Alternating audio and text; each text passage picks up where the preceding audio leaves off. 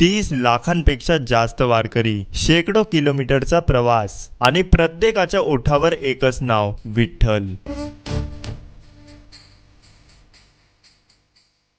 ही फक्त एक यात्रा नाही तर 800 वर्षापासून जपली गेलेली एक परंपरा आहे. दरवर्षी आषाढी एकादशीच्या काळात जवळपास 30 लाख वारकरी पंढरपूरच्या दिशेने चालत निघतात. काही वारकरी 200 ते 250 किलोमीटर पेक्षाही जास्त अंतर पायी चालत पार करतात. पण एवढ्या मोठ्या यात्रेचं वैशिष्ट्य फक्त ही गर्दी नाही, तर इथली सेवा, माणुसकी आणि संस्कृती आहे. वारीमध्ये कोणीही एकमेकाला नावाने हाक मारत नाही, तर प्रत्येक जण एकमेकाला माऊली म्हणतो. कारण वारकरी परंपरेत प्रत्येक माणसात विठ्ठलाचं रूप पाहिलं जातं. म्हणून इथे श्रीमंत, गरीब, ओळख, जात पात यापेक्षा माणुसकीला जास्त महत्त्व दिला जातो. या संपूर्ण प्रवासात हजारो सेवक वारकऱ्यांसाठी मोफत अन्नदान, पिण्याचं पाणी, वैद्यकीय मदत आणि विश्रांतीची व्यवस्थाही करतात. तुम्हाला प्रश्न पडला असेल की इतकी गर्दी असून सुद्धा यांच्यामध्ये गोंधळ का होत नाही? या लाखो वारकऱ्यांची एकाच वेळी यात्रा होत नाही. ते शेकडो दिंड्यांमध्ये विभागलेले असतात. प्रत्येक दिंडीचं स्वतःचं वेळापत्रक, नियम आणि जबाबदाऱ्या असतात.